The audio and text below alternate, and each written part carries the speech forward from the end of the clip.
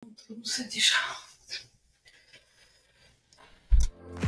Здравейте, реалити банда! Добре дошли в Reality Check Sisters. Ние сме Ника и Ди. Здравейте от нас! Сложила съм се в рокля, в която много трудно се диша, заради вас. Аз не съм с него. Цялата ми е тук в панели. Не ми е по-релаксирана. Но отзад е много красива. За първ път сме заедно в студио. Ако може да го наречем студио. То е нещо като спалня, офис и студио в едно. Да. Също meditation room, смятах да е. Както и да е. Успяхме да се доберем. Да записваме днес. През децата, през работата. Няма деца. Работата после ще свършим. Много се радваме да сме заедно, да ви видим. Надявам се все още да има някой, който ни гледа след тая огромна дълга почивка. Добре ми беше почивка. Да, добре ми се отрази. Аз мисля, че е много важно за YouTube всъщност да имаш някакво зареждане, презареждане, премислене на нещата, Да си малко по-в час. После като се появиш, защото сякаш понякога, особено в тия реалити шоута, като се вкараш в тунела и малко пропускаш какво става наоколо в реалния живот. Да. Въпреки, че са реалити шоута, не е много реално. В момента и двете сме в Лейкленд, Флорида, в къщи. Да. За първи път записваме всъщност на едно и също място. Да, това може би много хора не го знаят. Ние, как я харесва ли си тук? Да.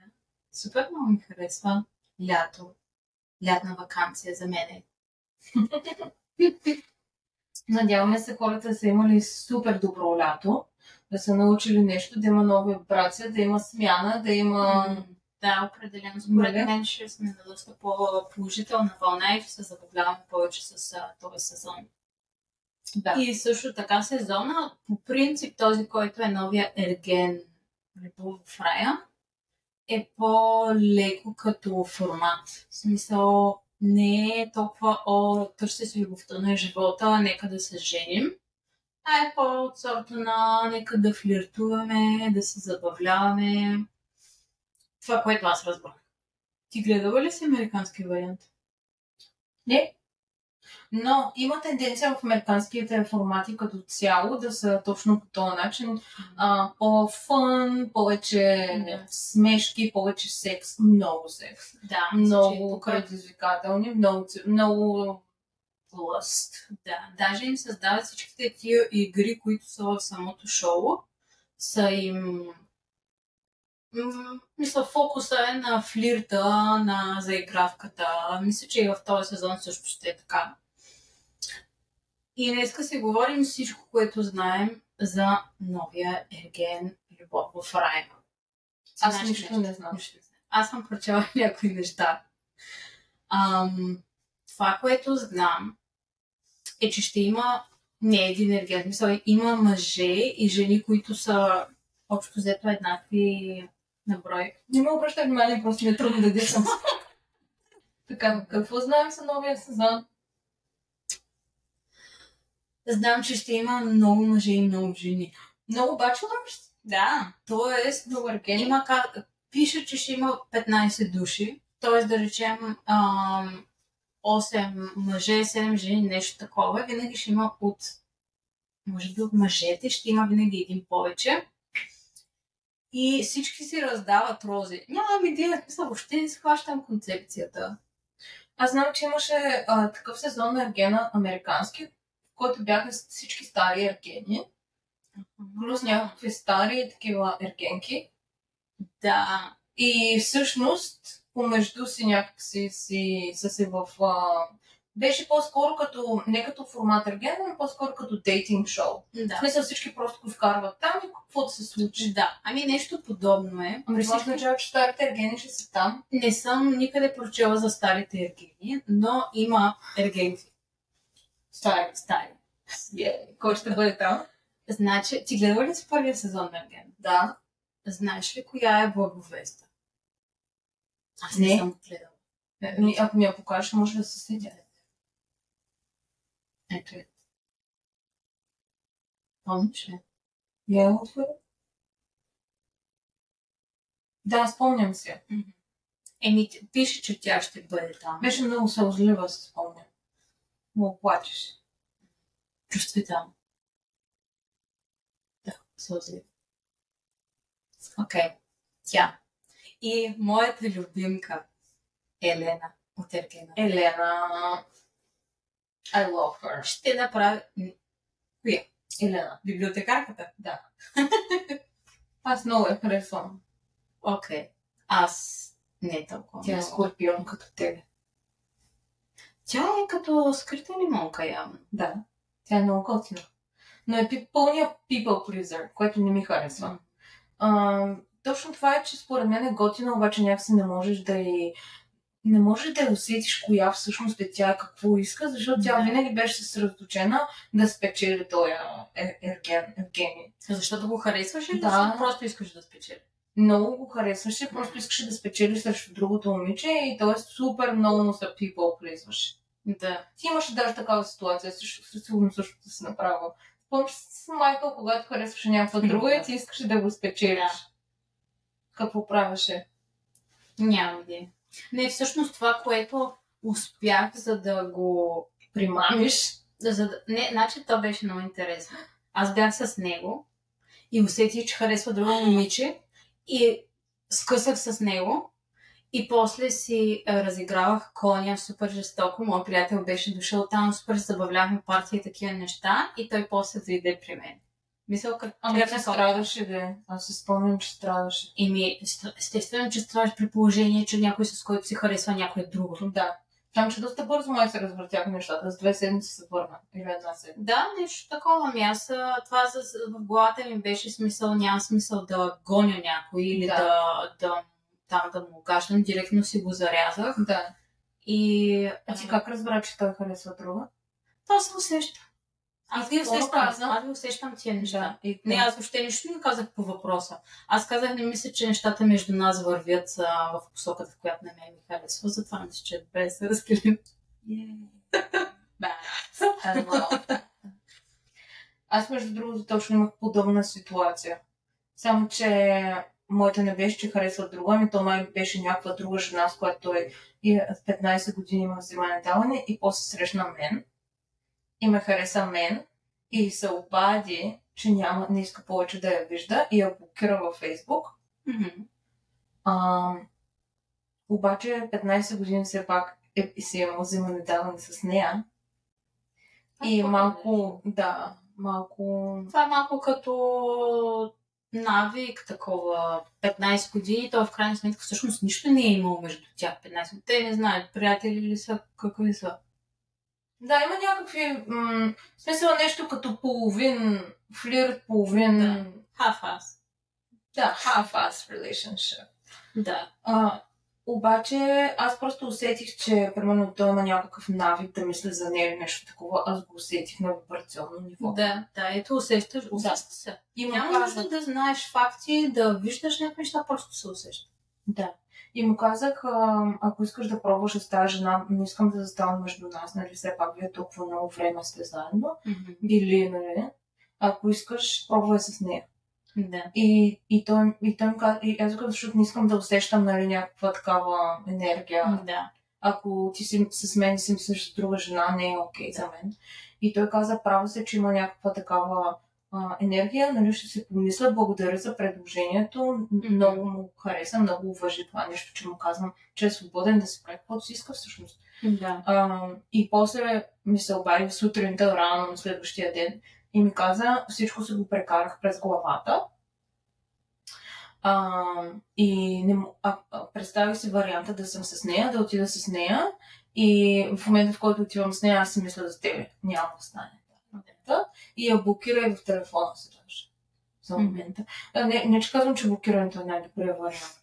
Но... Мисля, че има неговите си начини, според мен. Да, тая Елена, да се върнем на темата, тя изключително много контролиращо беше. Просто все едно, за каквото и да се говоря, тя винаги беше топ. винаги беше, аз обичам примерно да прекарвам време с семейството, да готвя, да чистя. Мисля да си покаже тя каква да се покаже. Да. Докато Валерия беше точно обратното. В смисъл тя беше такава една... ако това не ми харесва, това беше така по-снапи. Да. И не му се доказваше много. По-човешко е. Да, просто искаше да е с него, де. Това се спомня, това, което правиш, той като излезе с някой на среща и тя бомбваше срещу те, тия неща. Даже с най-добрата и приятелка. Това ми е много брутално. Да. Не знам дали от продукцията ги карат в реалния живот. Ти представяш ли се някой по този начин да му влезеш на среща? Аз не мога. На мен беше изненадващо всъщност, че е избрано тя това, което направи, тя саботира всичките му срещи. И той не можа да направи контакт с друго момиче, защото тя винаги беше там. И проработи за нея. Обаче те не са заедно сега, не? Не. Значи... Вижте, може да се е проработил за тях за времето, което са били заедно. Пак си да работи за това време. Те са някакви супер млади. 20 и някакви години. Това беше малко психопатски. Как е? Леко. Доста. Той си имаше след това взаимоотношение с Ивка Бебе. Знаеш ли? Да. Тя беше много разочарована от него. Той беше гост, но... Не знам. Това май тя беше толкова разочарована. Да. Да. Елена също ще е там, колкото казват слуховете. Както знаем, слуховете винаги излизат верни. Някак се дава. Мисля, че в българските реалита наистина информацията тече. Каквито и слухове да сме чели, гледали, говорим, накрая опа. Става. Знам, че ще е в Родос, където бяха снимали втория ген. Пак там ще пускат го сега септември месец, казва, че пускат и всъщност този път са много по-подготвени от нормалния ген. Когато за предишния сезон на Ергена аз всъщност кандидатствах и от информацията, която ми дадоха от кастинга и всичко, знам, че ги избраха за 3 седмици, нещо такова, и на третата седмица, четвърта, вече те бяха в Шри-Ланка, докато тия са ги избирали още от началото на годината. Явно са много подготвени за този сезон, което всъщност ще е доста интересно да има някакъв такъв по-измислен сезон. Да, защото предишните, те бяха красиви, нали? Мисля, че ги бяха избирали по красота. Бяха красиви, не мисля, че ги мислех за типажи, за ергените. Не мисля, че нещо психологически са ги нагласили нещата. Не знам сега как ще бъде. Ако е продуцент, същия човек? Същията. Тоест последния ерген. Да. Където всъщност залагаха на някакви такива много обрати в самия формат, за да държат зрителите в напрежение, всъщност да продължават да гледат постоянно. Сега сетих кой друг може да дойде. Йоана. Тази бившата непълнолетна на Мартин казва, че тя ще бъде в този формат. Вау! Да, защото те бяха приели де факто в предишния, само че тя не отиде. Тя отиде само за малко. Водещата споменават коя? Аз нямам представа. Аз знам водеща. Тази водеща е бившата на Башар Рахал. Тя имаше много проблеми с носа си. Имаше операции на носа, които и запушват. Имаше проблеми с... Да, имаше проблеми. Просто искаше тя си е направила операцията, като е била много малка. И искаше да предупреди всички жени да бъдат много внимателни с тези операции, защото може да е наистина много лошо. Аз като гледах сега, гледам тук Watched. Повечето, които са с проблеми с носа, те не могат да дишат. И тотално са им запушени тук въздушните пътища. Не трябва да правиш нова операция, т.е. нова операция, много повече сложности. Оправила ли се носа да диша? И надявам се. е било много страшно, защото много операции трябва, за да може евентуално да се подобри. Тя ще е водеща. Видях, че дава някакви съвети такива в Инстаграм, бях видяла, или в ТикТок. много такива някакви basic, бяха много основни. Мъжете, жените, какво трябва жените да казват от тия преди 1000 години, където са супер outdated българските неща. Жени, мъже, как трябва да се държиш? Сега се спомням. Не трябва да говориш на за бившите си някакви такива. Боже. Как трябва, как не трябва, Да. вместо да си със себе си. Тук има в... Искаш да погледнем Инстаграма? Да. 3 неподходящи места за първа среща. На гости на майка. Съвети, При да. баба на село, Да, на много фенси ресторант. Защо? Много е отблъскващо за мен да се опита срещният пол да те впечатли с някакви такива over budget изгъзици. Тази дума наистина ли я каза? Изгъзици. Най-подходящото място е сред природата. Второто по подходящост е сред природата с просеко и третото сред природата с просеко и пармиджано. Аз сега да ми чисто пармиджан. За мен така изглежда рая. Морето е пред погледа ни. Хубави, снажни момчета, красиви момичета и влажни погледи. Какво може да се обърка? Всичко. Това не е вакцина, прилича. Аз съм в Тук рая. не звучи като Фарай. Аз искам още мъже, Да, още жени. знам, че също не звучи Фарай. Най-горещото лятно приключение започва сега. Ергенът. Любов в рая. Скоро по BTV. 3 неща, които никога да не казваш на една жена. Никога не говориш на една жена за бившата си. Никога не говориш на една жена за по-бившата си. И абсолютно никога не говориш на една жена за по-бившата си. А за майка си. Какво мислиш като? Мисля, че е много оригинална шега. Аз си мисля, че за бившата, за по-бившата, за по-бившата. Мисля си, че Шегуват се. да. Според мен. Не бих могла да го възприема сериозно. Като някакъв тип. Ще има ли си някакъв елемент?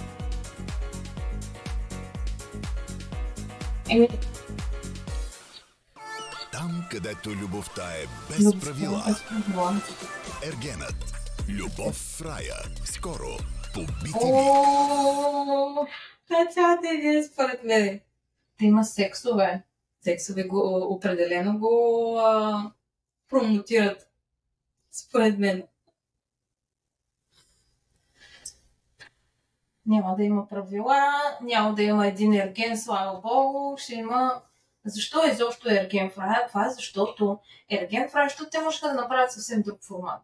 Това ще има отпреди, със сигурност тия ергенки и ергени отпреди. Това ще е супер яко. Да. Аз бих била много доволна, ако са всичките ергени там. До сега. Според мен, леле, ако той е където ги остави всичките, как се казваш? Алек. Ако Алек е там, дали той ще ги изпецка, всичките ще ги изпецка там. Той, по принцип, сега ще има дете или вече има. Така че вероятно няма да е там на петка. Но Първия първия. 100% ще отиде. Свикат. Да. Аз бих го гледала, защото аз не съм гледала Ергена 1 и съм много интересна. Той беше много готин. Беше много сериозен, много такъв един мъжествен, беше с чувство за хумор, беше мил, беше забавен, беше интелигентен и изглеждаше много красив също така. Но не тая типичната красота, където ти е като поклон, не си беше мъжка красота. Той даже се изказва за тия новите ергени. Да. Като гледа шоуто и нали, прави някакви изказвания, коментари, да. Какво каза за последния ерген? Каза нещо. Забравих какво каза. Не беше много доволен. Нещо доста критично беше. Мисля, че към Мартин беше. Да, разбирам. Да. Той избра Александра, която беше много интелигентна.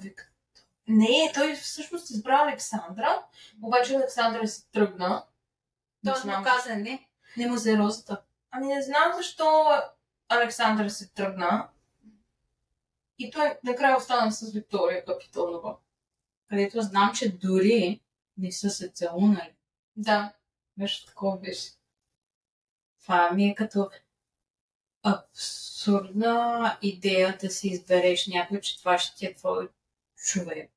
Аз мисля, че Александра се тръгна, защото тя беше такава, или трябва да сама сега, нали, смисъл, мисля, че искаше да ги прибърза нещата, то всъщност е шоу и ти трябва да си малко търпелив, нали. Някакси сякаш ще не вярваше. Аз мисля, че Александра, тя е много готина, обаче аз мисля, че тя имаше проблем. Имаше като комплекс, че няма да я избере нея. И един вид го да се защити, даже да се защити, се тръгна първо, вместо да бъде отхвърлена. Обаче той ще я избере най-вероятно нея. Не знам, не съм гледала. Но тя просто не искаше да е в такава ситуация, да бъде отхвърлена. Да, и да е уязвима всъщност. Да. Кофти. Което всъщност уязвимостта е най-голямата сила. Примерно нещо, което ми прави много голямо впечатление, че в Америка хората не се страхуват да се признаят и отхвърлен само. Да. Или няма проблеми, това не означава, че ти си по-лош, докато в България се опитват винаги да си много нарцистично поведение, там винаги да си скарат отгоре, че са по-добрите, че те са отхвърлили, че... Според мен за самия процес, всъщност да се почувстваш по-добре от цялото това нещо, че си отхвърлен.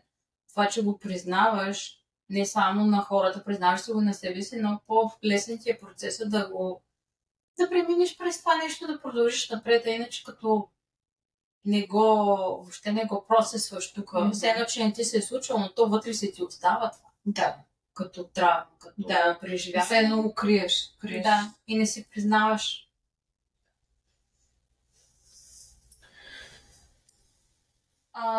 Не, значи сега кое си мисля? Че 100% ще влезат Мартин и Мартина. Те са се приятели с продуцента човек. А той Мартин нали толкова постоянно иска. Той иска постоянно да е в приятел. Не. Той ще избледне на... Той приятел с продуцента ще има сега да го дават нон-стоп с неговите тъпоти. Между другото, той мисля, че им направи много... В смисъл, хората много се въртяха. Той постоянно иска да е в фокуса и хората много му въртяха простотиите. В смисъл по социалните медии. Даже след това, да. Точно това, което иска. Да. Да си е център на внимание. Да, себе не ми се гледа Мартин човек. Няма да го гледа. Ако Мартин участва, сигурно ще го скипваме. Ще го пропускаме така, само него и всичко друго ще гледаме. То така правихме и в предния сезон, да говорим с него начало. Много ги даваха. И после ти го пуснахме по паралелката, той естествено се получава. Да се надяваме. Защото там има много драма, по принцип драмата продава и те много го въртят него. То трябва, за да се извъртиш, той иска винаги да се извърти наратива. Да, в негова полза. Да. Като почнеш да ги въртиш така, то винаги става драма, защото някой го кълвеш по главата, нали сещаш? Да.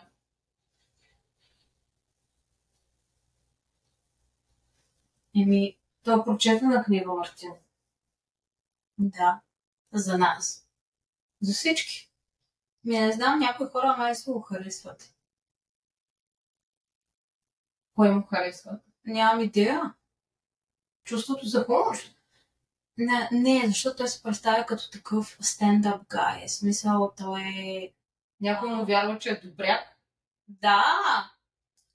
Той си представи, че, нали, това даже нещо от началото си го започна да си го нарежда тая историка. Аз ще кажа в ефира, че съм пълния глупак, ако се влюбя в жена, която ме манипулира. И точно това отиде в някакво шоу човек в битвик и каза, аз това нещо го обещах още, аз съм най-големия глупак. Мисля, че горкия Мартин, как са го прецакали тази жена, как го е прецакала. Тази жена е направила нищо, това е безобразия направо. Да. А той търси, видиш ли, само любов. Айде бе. Мисля, точно така си ги нареди нещата, че е големия страдалник.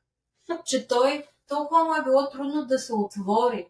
Който го вярва, извиня, че вярва, че продуцентът е такъв, да. И продуцентът е водещата. Сега не знам дали са му приятели или нещо такова. Да. Не беше това цялата... имаше там някакво интервю с много от участниците, беше супер брутално. На мен Даниела ми стана симпатична след всичко това, да. което изляха върху нея, по начина, по който тя се държа много добре. Тя уникално се държа с всичкото това. Абсолютно всички я нападаха. И тя беше супер спокойна, абсолютно никой не обиди, нищо лошо не каза. Да. Докато другите само нещо да кажат, дори което е истина, те такива ти скачат, ти атакуват. Да. Ужасно. Летящите маймуни на Мартин, всичките тия ергенки, къде бяха отхвърлени, му се връзват само летящи маймуни и си мислят, че те как да му кажат, че той не знае, че тя е лоша, някакви детски градини там. Точно. Ами ще чакаме и следващата седмица може да направим, ако има нещо ново, което излезе като клюки. Информация. Ако знаете нещо за формата, кажете ни, пратете ни статия да гледаме нещо. На мен ми е много интересно. Обаче няма кой знае колко много информация. Не знам дали защото те не са наясно какво ще правят или просто Не изтича. истинко е малко. Благодарим, че гледахте и нямаме търпение да сме заедно пак. Надяваме се да имате приятно доизкарване на лятото. То вече лят, август. Още е лято. При нас в Флорида винаги е лято, така че понякога не знам дали е зима, дали е лято, дали е след пролет. И ще се видим скоро. Чао!